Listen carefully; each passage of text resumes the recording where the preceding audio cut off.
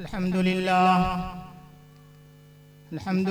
नहमदुहु व नस्तईनुहु व नस्तगफिरुहु व नु'मिनु बिही व नतवक्कलु अलैहि व नऊज़ु बिल्लाहि मिन शुरूरि अनफुसिना व मिन सय्यिआति अमालिना मन यहदिहिल्लाहु फला मुज़िल्ल लहु व मन युज़लिलहु फला हादिय लहु व नशहदु अन ला इलाहा इल्लल्लाहु वहदहु ला शरीका लहु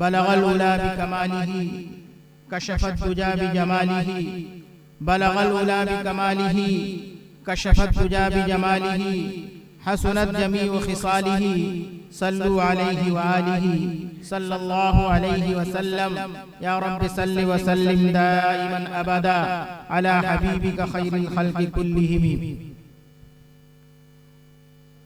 स्टेज पे तशरीफ फरमा हमारे मुहसिन मुरब्बी हज़रत मौलाना मोहम्मद अबुल कलाम साहब शमसी दामत बरकातुहू, joint general secretary all India Milli council Bihar, रफ़ीक़ मोहतरम हज़रत मौलाना कारी नूरुल्लाह साहब नुमानी, बिरादर मोहतरम हज़रत मौलाना शब्बीर अहमद साहब रहमानी व दिगर उलमाए किराम, मुअज़्ज़ज़ सामिईन, पर्दा में बैठी हुई मेरी माँ और बहनों, आज का ये प्रोग्राम जिसका उन्वान है तहफ़्फ़ुज़े नामों से रिसालत सल्लल्लाहु अलैहि वसल्लम वो तहफ़्फ़ुज़े औक़ाफ़ कॉन्फ्रेंस, ये प्रोग्राम कोई खुशी का प्रोग्राम नहीं है। आमतौर से लोग जब बहुत खुश होते हैं, कोई खास मौका होता है तो प्रोग्राम कराते हैं। मदरसे वाले दस्तारबंदी का प्रोग्राम कराते हैं, मस्जिद की संगे बुनियाद हो, मदरसे की का संगे बुनियाद हो या और भी कोई खास मौका हो तो उस मौके से प्रोग्राम कराते हैं, उलमाए किराम को बुलाते हैं, उनकी बातों को सुनते हैं और उस पे अमल करने की कोशिश करते हैं। लेकिन आज के प्रोग्राम का दोनों उन्वान ये दर्द दिल को बयान करने के लिए है, हमको अपनी भूली हुई बातों को याद दिलाने के लिए है। हमारा और आपका जो रिश्ता है आकाए मदनी जनाब मोहम्मद रसूलुल्लाह सल्लल्लाहु अलैहि वसल्लम से, जिनकी जात पर, जिनकी सिफात पर, जिनकी शान पर, जिनकी आन पर हम अपने लहू के एक एक कतरे को भी कुर्बान कर दें, बहा दें तो वो कम है। उसी के अंदर जो कमी आ गई थी, जो गर्दो गुबार पड़ गया था और हमारे मेहरबानों ने उस गर्दो गुबार के हटाने का जो काम किया है, तो उसी के मुज़ाकरे के लिए हम और आप यहाँ बैठे हैं। न हम सुनाना चाहते हैं न आप सुनना चाहते हैं, बस ये है कि हम भी अपने अंदर उस जज्बे को बेदार करें, पैदा करें जो जज्बा सर्द पड़ चुका था।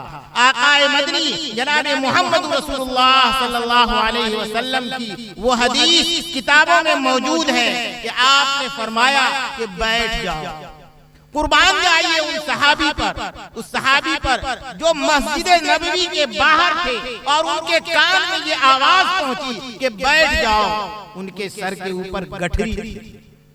उसी हाल में वो बैठ गए। कहां बैठे?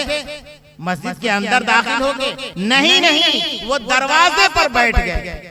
आप सल्लल्लाहु अलैहि वसल्लम की गुफ्तगू खत्म हुई, बाहर जब तशरीफ लाए तो देखे कि ये साहब बैठे हुए हैं। आपने फरमाया कि यहाँ क्यों बैठे हो? उन्होंने अर्ज किया कि या रसूल अल्लाह, आपकी ज़बान मुबारक से वो कलमात निकले थे कि बैठ जाओ, मेरे कान में ये आवाज आई, मेरा ज़मीर इसके लिए इसको गवारा नहीं किया कि मेरे कदम आगे बढ़ जाएं और आपकी आवाज पर हम लब्बैक न कहें। फौरन आपकी आवाज मेरे कान में पहुंची और मैं वहीं बैठ गया। तो हम अपने अंदर भी उस जज्बे को बेदार करें। ये सिर्फ कहने और सुनने से नहीं होगा। हम अपना मुहासबा करें, जायजा लें कि तहफ्फुज़े नामों से, रिसालत के नाम से सिर्फ प्रोग्राम कर लेने से, जलसा जुलूस कर लेने से क्या सारा मसला हल हो जाएगा? अभी हमारे सदर मोहतरम हज़रत मुफ्ती अब्दुल क़य्यूम साहब दामत बरकातुहू फरमा रहे थे कि इससे काम बनने वाला नहीं है। मैं भी यही कहता हूँ कि इसके दो पहलू हैं। एक तो ये है कि हम अपनी बात को कानून के दायरे में रहते हुए कानून के रखवालों तक पहुंचाएं, और दूसरा पहलू है जो उससे ज्यादा अहम, वो पहलू ये है कि हम अमली तौर पर वो नमूना पेश करें, हम अपने अंदर वो दाइया पैदा करें, हम अपने अखलाक को इतना बुलंद कर लें कि दोस्त तो दोस्त, दुश्मन भी हमारी शहादत देने के लिए तैयार हो जाए। अगर ये बातें हम अपने अंदर पैदा कर लेंगे, हमारी माँ बहनें पैदा कर लेंगी, तो यकीनन तहफ्फुज़े नामों से रिसालत के लिए हमको जलसे और जुलूस की जरूरत नहीं पड़ेगी। दो उन्वान है, सीरत के उन्वान से और दूसरा उन्वान है औकाफ के ताल्लुक से। इंशाअल्लाह दोनों उन्वान पर उलमाए किराम की तफसीली गुफ्तगू होगी। तहफ्फुज़े नामों से रिसालत के ताल्लुक से मोहतरम हमारे कारी साहब हैं, मौलाना शब्बीर साहब हैं, हज़रत मुफ्ती मारूफ साहब हैं और दूसरे उलमाए किराम हैं, उनकी गुफ्तगू होगी और तफसीली होगी। बस आपसे ये गुजारिश है, मैं तकरीर करने के लिए नहीं आया, मैं आपसे एक गुजारिश करने के लिए आया कि उनकी बातों को सुनें और जो पैगाम आपको दें उन पैगामात को सीने से लगाएं और अपनी जिम्मेदारी ये समझें कि इन पैगामात पर हम खुद भी अमल करेंगे, अपने घर वालों को भी अमल कराने की कोशिश करेंगे और समाज के अंदर भी बेदारी लाने की कोशिश करेंगे। और औकाफ के ताल्लुक से हमारे मुहसिन हज़रत मौलाना अबुल कलाम साहब बावजूद के वो बिल्कुल इस पोजीशन में नहीं थे कि वो यहाँ तशरीफ लाएं, लेकिन आप हजरात की मोहब्बत और उन्वान की जरूरत को समझते हुए हजरत यहाँ तशरीफ लाए। इंशाअल्लाह हजरत की उस पर गुफ्तगू होगी और क्या हमको करना चाहिए, क्या तरीके कार इख्तियार करना चाहिए, उस पर भी हमको वो बताएंगे कि मस्जिद है, मदरसा है, ईदगाह है, औकाफ की जो जायदादें हैं जिन पर गैर तो गैर हमारे लोग भी उस पर नाजायज कब्जा किए हुए हैं, उस पर कब्जा करना कहाँ तक दुरुस्त है और उससे छुटकारे की क्या क्या शक्लें हो सकती हैं, और जो हुकूमत ने वो औकाफ की जायदाद पर अपनी बुरी नजर डाली है उससे बचाव की क्या शक्लें हो सकती हैं, तो इंशाअल्लाह हजरत की गुफ्तगू होगी।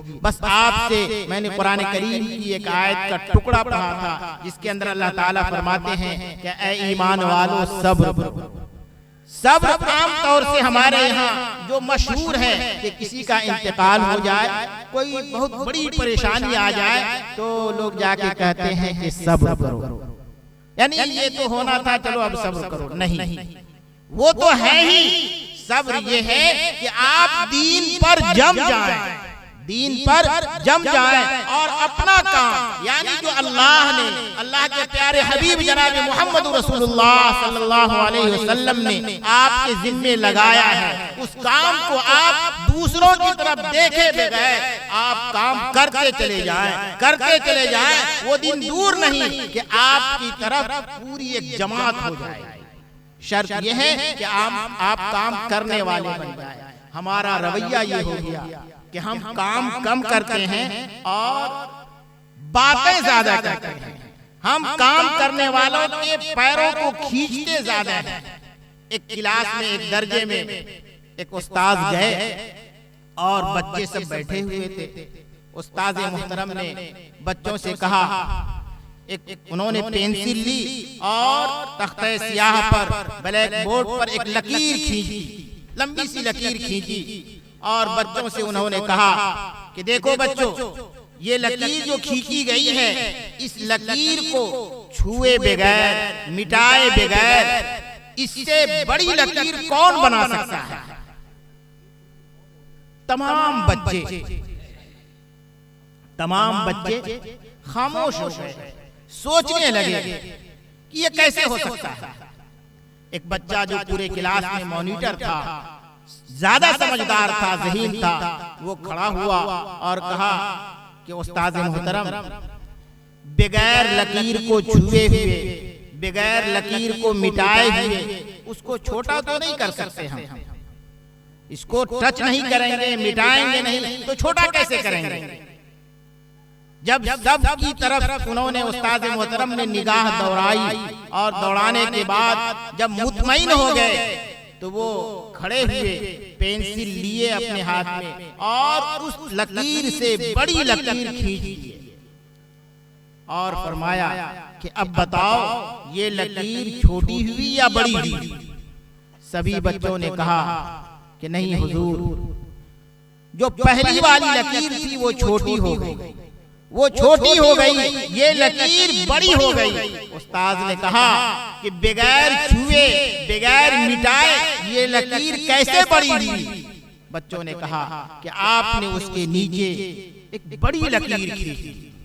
ये बज़ाहिर तो लगता है कि एक चुटकुला है या एक ऐसे ही वाकया है, नहीं, ये हमसे और आपसे मुतालबा कर रहा है कि हम अपने काम को, अपने किरदार को, अपने अमल को बड़ी लकीर के मानिंद खींच लें। हमारे समाज में लोग ये कहने पे मजबूर हो जाएं कि ये मोहम्मद रसूलुल्लाह का गुलाम है, ये कभी धोखा नहीं दे सकता, गर्दन तो कटा सकता है, झूठ नहीं बोल सकता, किसी की गलत चीज पर निगाह नहीं डाल सकता, ये किसी को धोखा नहीं देगा। इससे कारोबार करना नफे का सौदा होगा, इससे मामलात करना नफे का सौदा होगा। ये कब होगा? जब आप उसके सामने नबी पाक सल्लल्लाहु अलैहि वसल्लम के अखलाक करीमा को पेश करें। आका मदनी जनाब